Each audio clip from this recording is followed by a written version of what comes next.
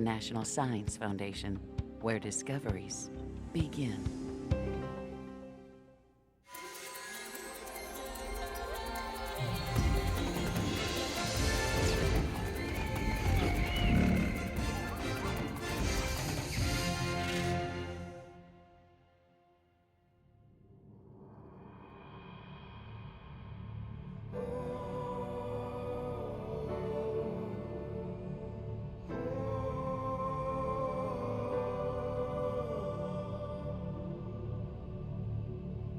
Beneath the Earth we know lie other worlds, hidden from sight, lost in time.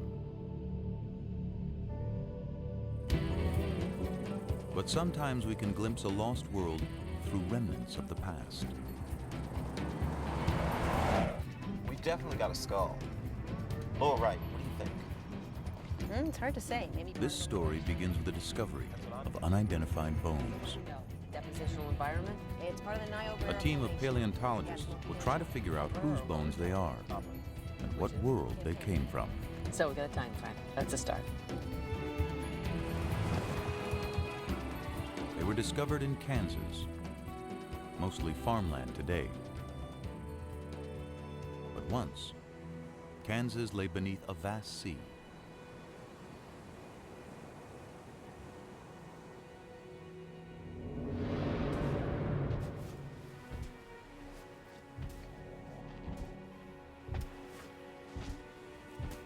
It was 82 million years ago, during the age of the dinosaurs.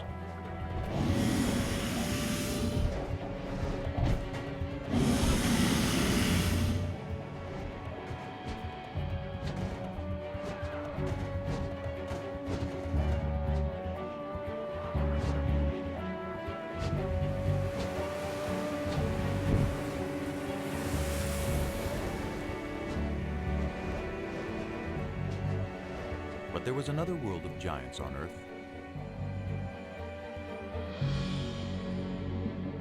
A submerged world, where enormous reptiles ruled seas filled with incredible creatures.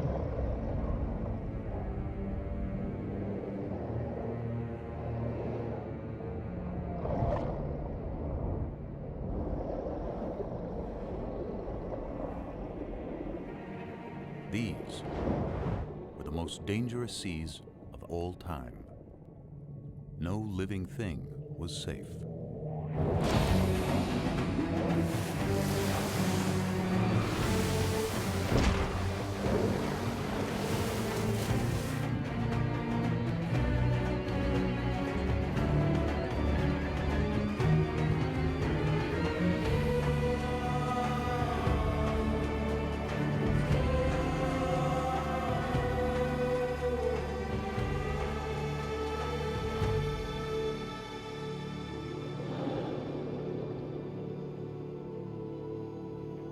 The great marine reptiles disappeared long ago, and time has buried their world.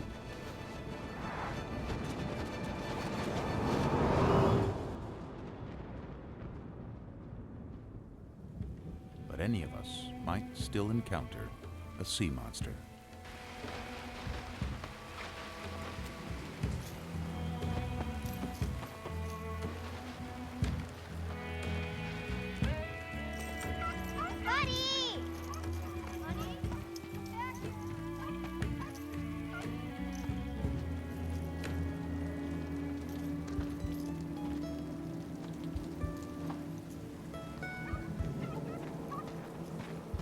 As if from nowhere, the distant past returns.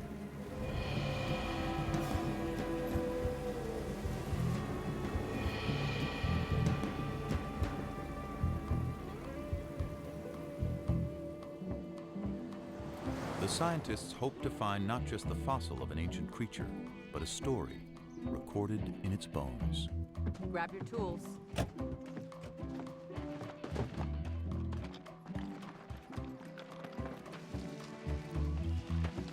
Rain washed some of the chalk away and exposed it.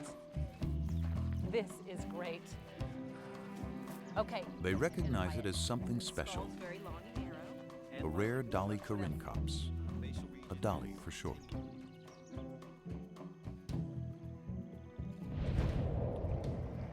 It was a marine reptile of the late Cretaceous, a little bigger than a dolphin and a fast swimmer. To unravel any story the bones may tell, the investigators will draw on everything they know about marine reptiles. Yeah, it looks like a Hesperornis. Their fossils have been found around the world over decades. Yeah, the matrix materials we got in the lab seem to... These finds will help the team piece together the story of the dolly and picture the moment in time when it swam in the sea. In many ways, the dolly's world was far different from ours. The climate was warmer, sea levels were higher, and more of Earth was submerged. This dolly would have lived in a vast inland sea that cut North America in two. Marine reptiles were also found in the waters around Europe, which was a scattering of islands, and throughout the world's oceans. In time, they died out and sea levels retreated, exposing vast areas of seabed. Fossils from the ancient oceans turned up on every continent.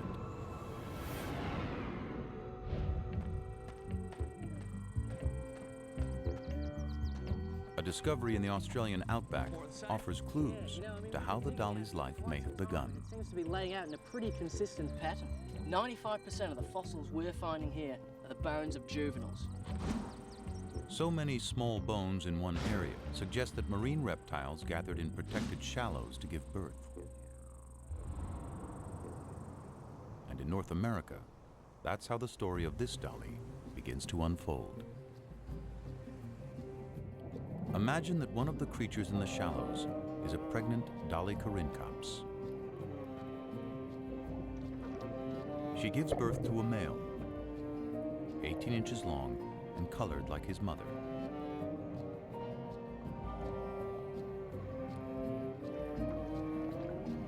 And a female, darker in color, with light patches below her eyes. And it's her life we begin to follow. She and her brother are air breathers. Instinct tells them what they have to do in their first minute alive.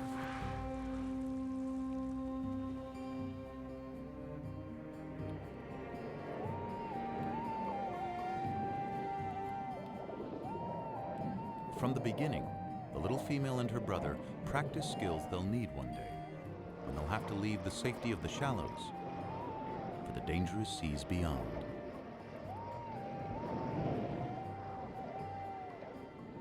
If she survives the perils to come, she'll return here one day and have young of her own. Already, she finds competition for food. There's the Hesperornis, a bird that can't fly and has a beak full of sharp teeth.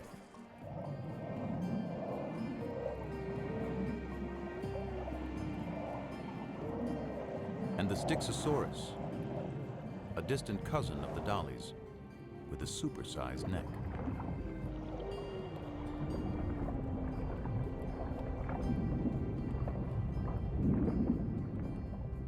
An adult can reach 35 feet in length.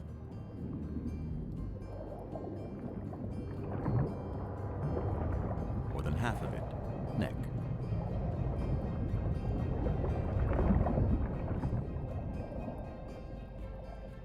Its shape makes it a slower swimmer, but it's great for catching fish.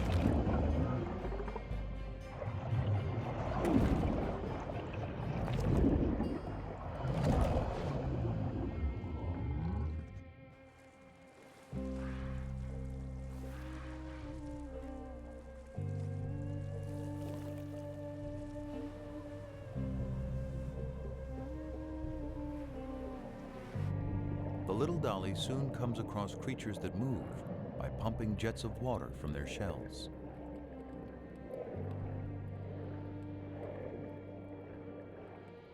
They're called ammonites, and they thrive in the ancient sea.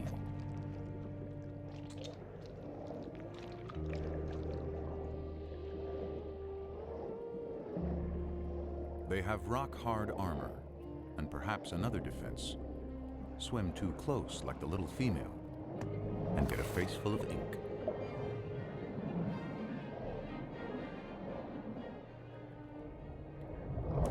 But that doesn't stop a young platycarpus when it wants a snack. Ammonites were once abundant, and their fossils have been uncovered often, even by a road crew in Texas.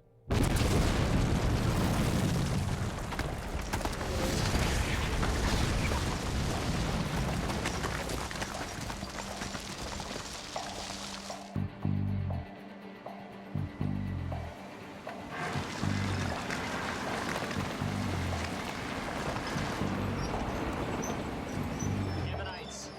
A lot of them.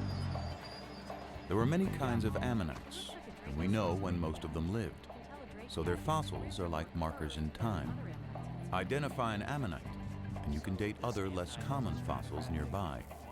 That helps place dollies in the long history of marine reptiles. It began some 250 million years ago in the Triassic period, with land reptiles that moved into the sea.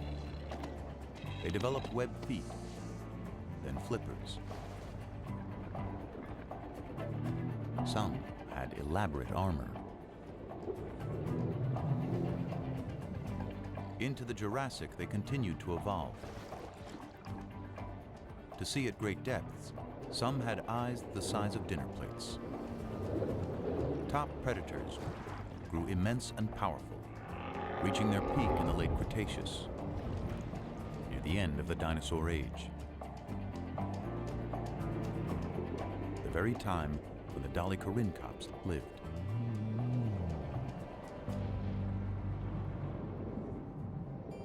Months have passed, and the female and her brother are now juveniles. But they're still in the safety of the shallows, and unaware of the huge predators in the sea beyond. For now, they're mastering the art of catching their favorite prey, herring-like fish called encotis.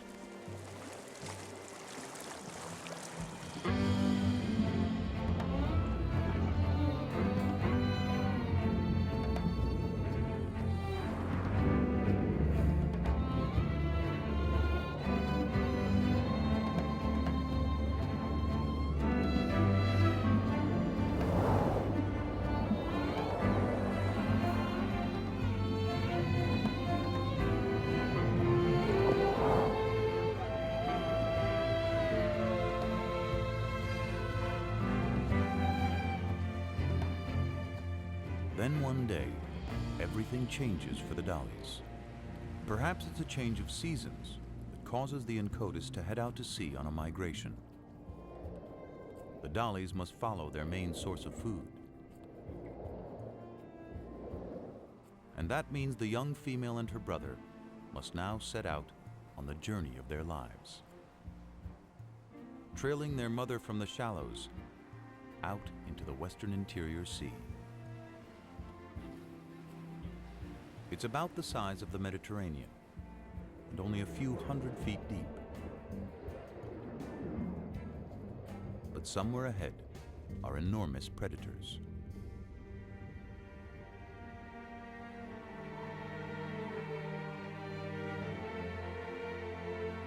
We know because where those predators once swam, the layered earth holds their remains as if a vast graveyard.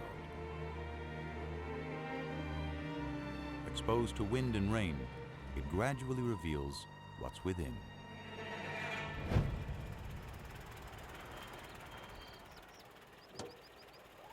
A remarkable discovery was made by Charles Sternberg and his sons, pioneering fossil collectors in the American Midwest.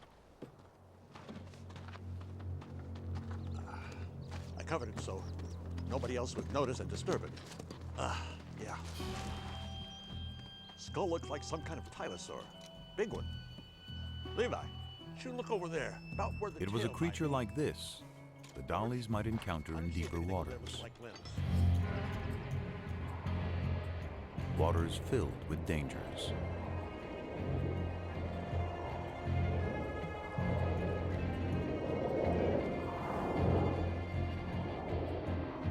The Tusateuthis was a massive hunter, like the giant squid of today. Up to 30 feet long and abundant in the inland sea.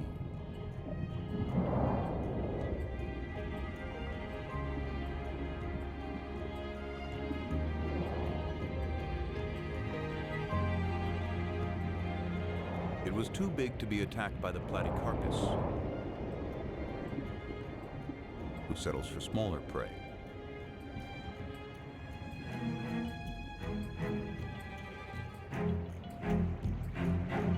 The platycarpus itself was fierce, but not in the same league as its larger relative, the creature the Sternbergs had found.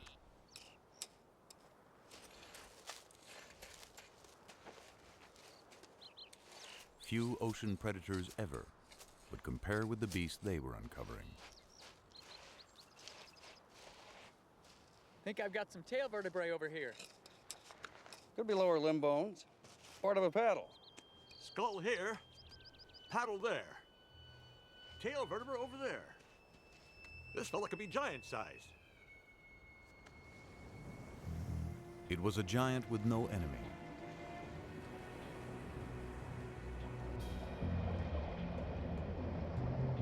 A great reptile called Tylosaurus. One of the largest and most ferocious creatures of any age.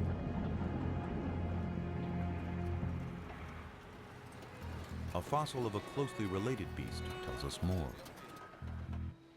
תבדוק מה מצאנו פה? וואו, חבריה. תראה מה זה, זה דבר זה ענק. יאללה, יא. משהו מדהים, מדדת? Its eyes were as big as grapefruits. מטר וחצי. מטר, מעל מטר וחצי. Cone-shaped teeth filled its jaws, and the roof of its mouth. Perfect for seizing prey.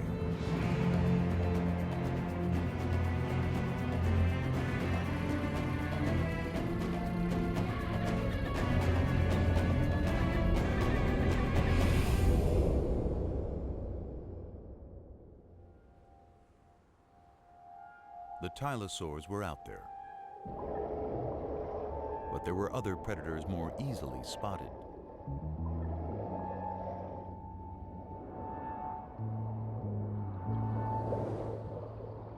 As fish go, Xiphactinus was gigantic, up to 17 feet long.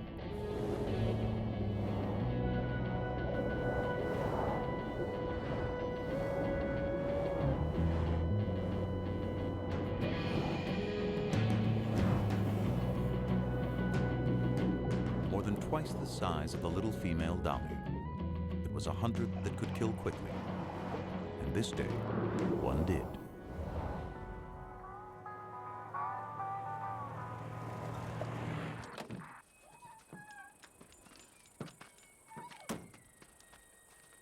We know what happened from a fossil excavated in the Badlands of Kansas by Charles Sternberg's son, George. Mr. Sternberg, I called from the newspaper. There's a lot of talk about what you found out here. Glad you could come. Well, thank you. Caught a pretty big fish here. What is it exactly? This is a 13-foot Xiphactinus, but there's more to it. As I went through digging out the fossil, I noticed something beneath the ribs. I found some vertebrae, kept on going. Turned out to be an entire animal inside.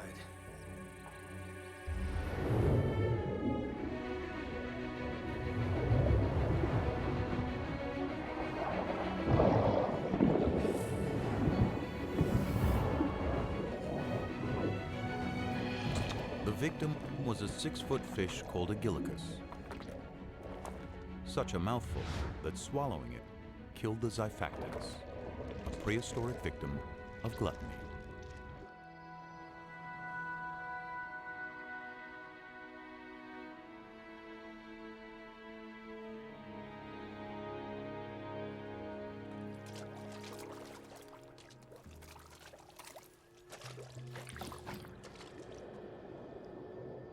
Weeks pass, and the dollies are now far from any shore, venturing into a sea turned magical by night. Microscopic plankton give off an eerie glow.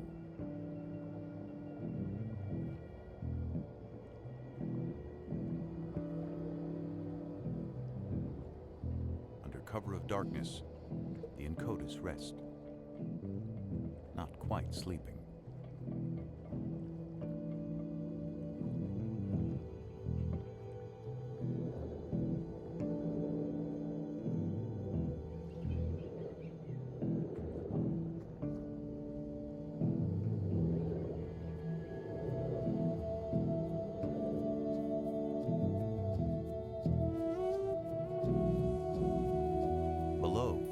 There's a mass spawning of straight-shelled ammonites.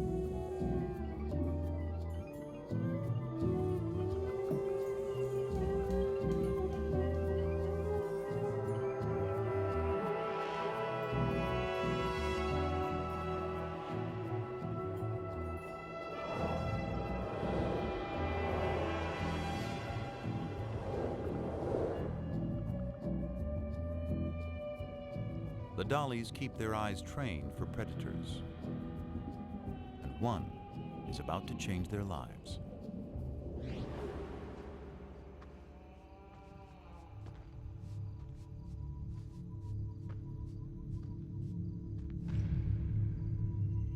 There's hundreds of shark's teeth here.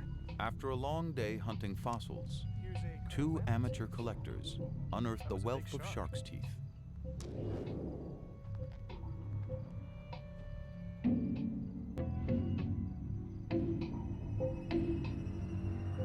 So many have been found around the world that it's clear sharks were thriving during the age of the sea monsters. The Cretoxyrhina is as big and lethal as the great white of our day.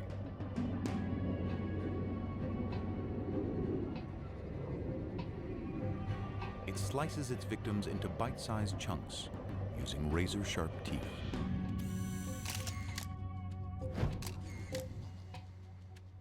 Kijk naar de littekens van deze schedel.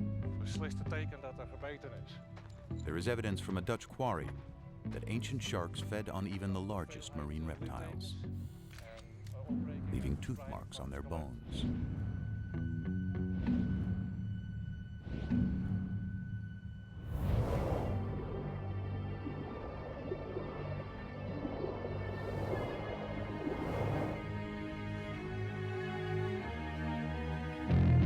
The female and her brother are being watched.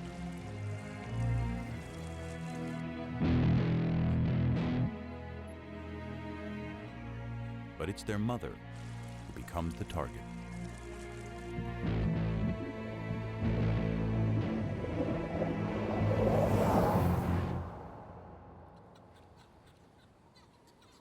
Their mother is gone, but it isn't over.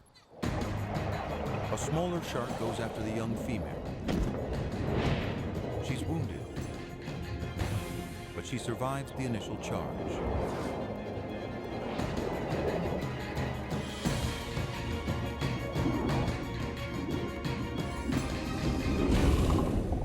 Perhaps the shark was not as lucky.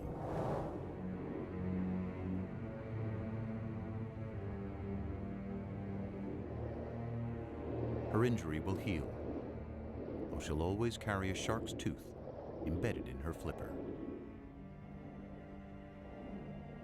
The two youngsters must now continue on their own.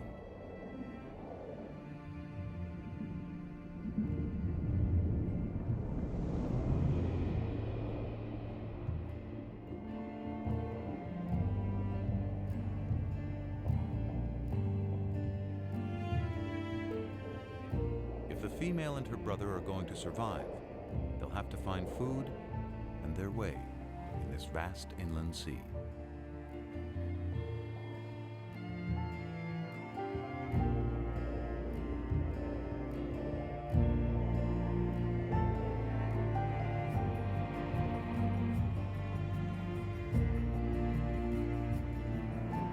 Finally, they see something familiar. A school of Incotus, trailed by other dollies.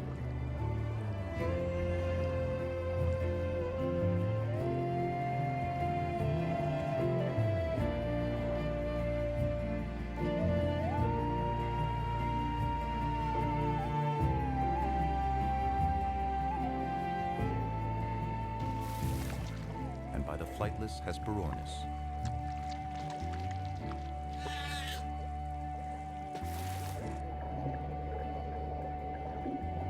But nearly anything in the sea can be a meal for a tylosaur. This one died with a full stomach. Yeah, it looks like a Hesperornis. Big as a pelican. Maybe bigger. The stomach contents of a single tylosaur reveal its enormous appetite. I think so. This looks like the bone of a 3 to 5 foot long teleost fish.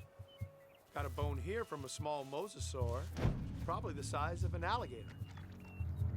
And it seems like he swallowed a shark. Big eater, this guy.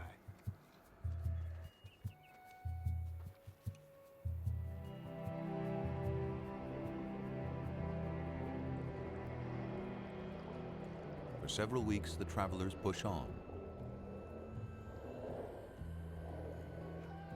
The female's flipper is slowly healing, the embedded tooth now surrounded by scar tissue.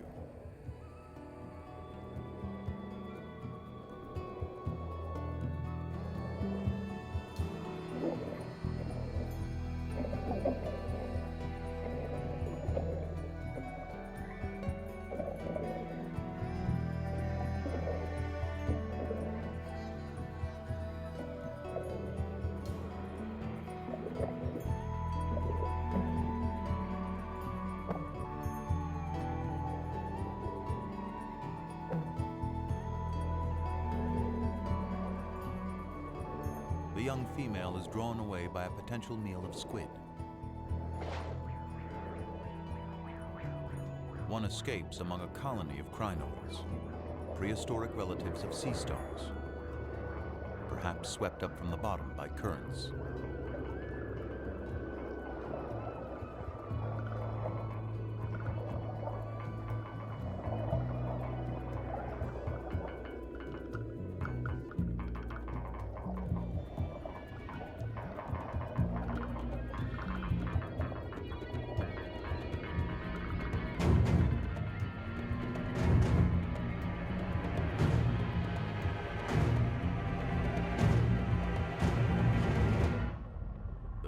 Has put herself directly in the sights of a giant. Taking the exposed parts of the skeleton together, skull to tail, I make the specimen about a 29-footer. Yeah.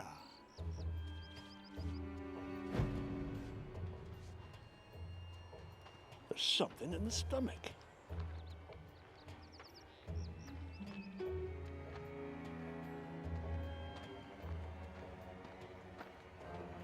They had found the monster's last meal entombed within its ribs.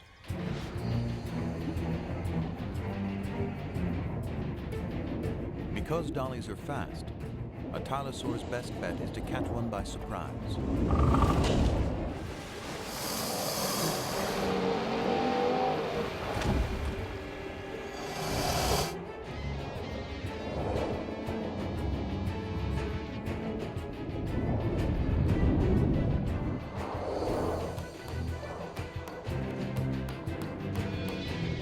Escapes, but her brother doesn't see the danger coming.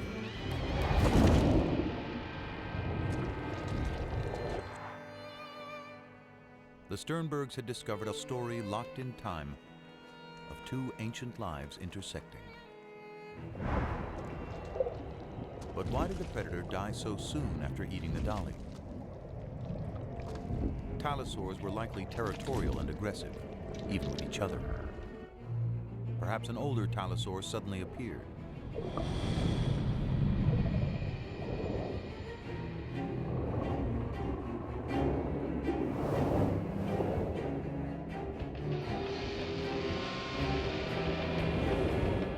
The younger tylosaur is threatened and tiring, slowed down by the large meal in his stomach. The female dolly is forgotten.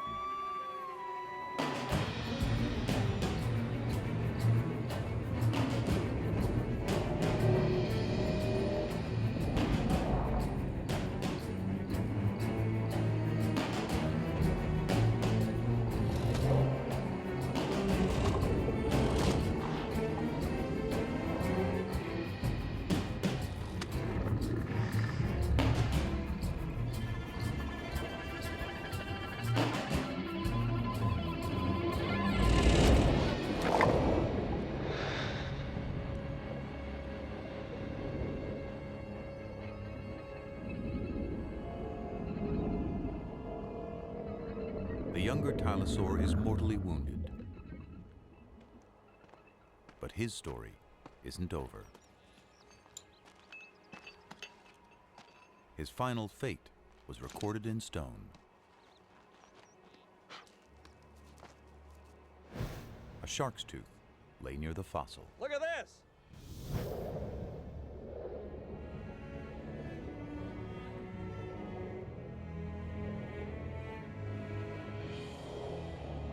The female moves on with the others. Soon, the scavenging will begin.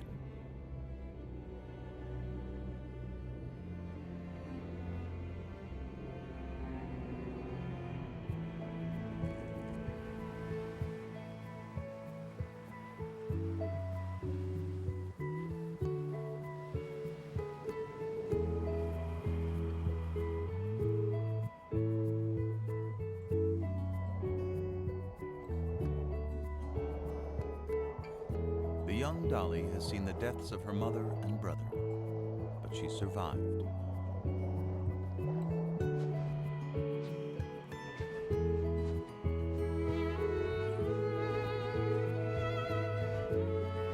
Each year, marine reptiles gather again in the birthing grounds of the shallows.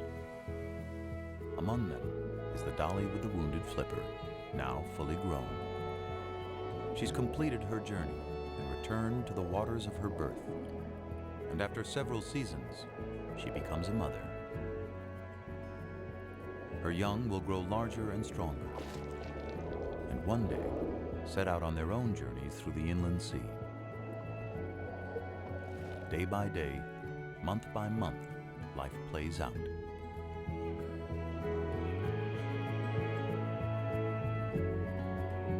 She sees several litters of her offspring mature and depart on lives of their own.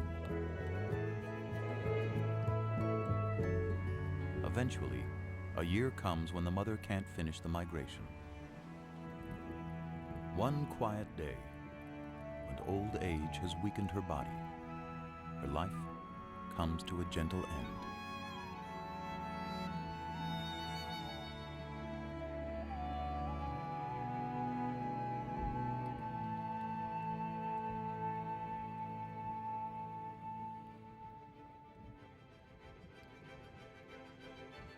Millions of years worth of days and nights and seasons pass as she lies undisturbed.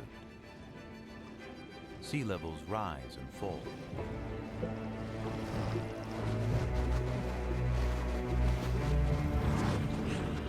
Around the world, continents shift. And volcanic activity changes the face of the Earth.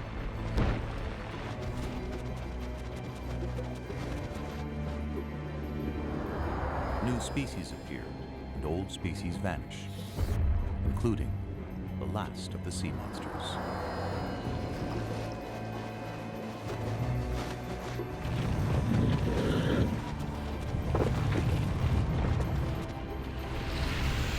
Beneath the shifting land, the remains of the great ocean reptiles are turned by time into rock. Daddy? And lie hidden until exposed. Daddy? This time by a summer rain.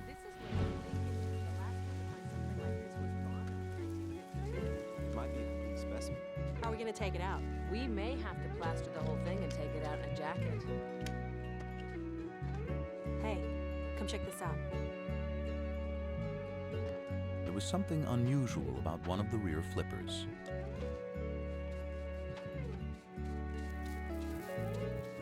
a shark's tooth embedded between the bones.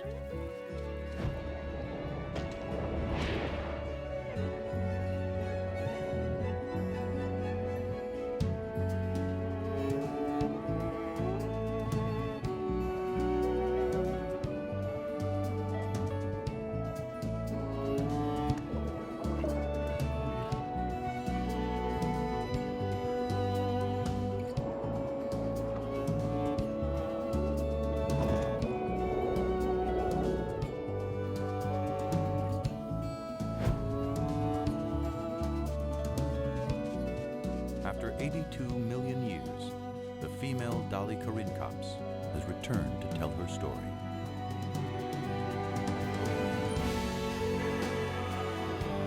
There are countless other creatures still buried within the layers of the earth, waiting for us to find them, waiting to tell us stories of our world when it was theirs.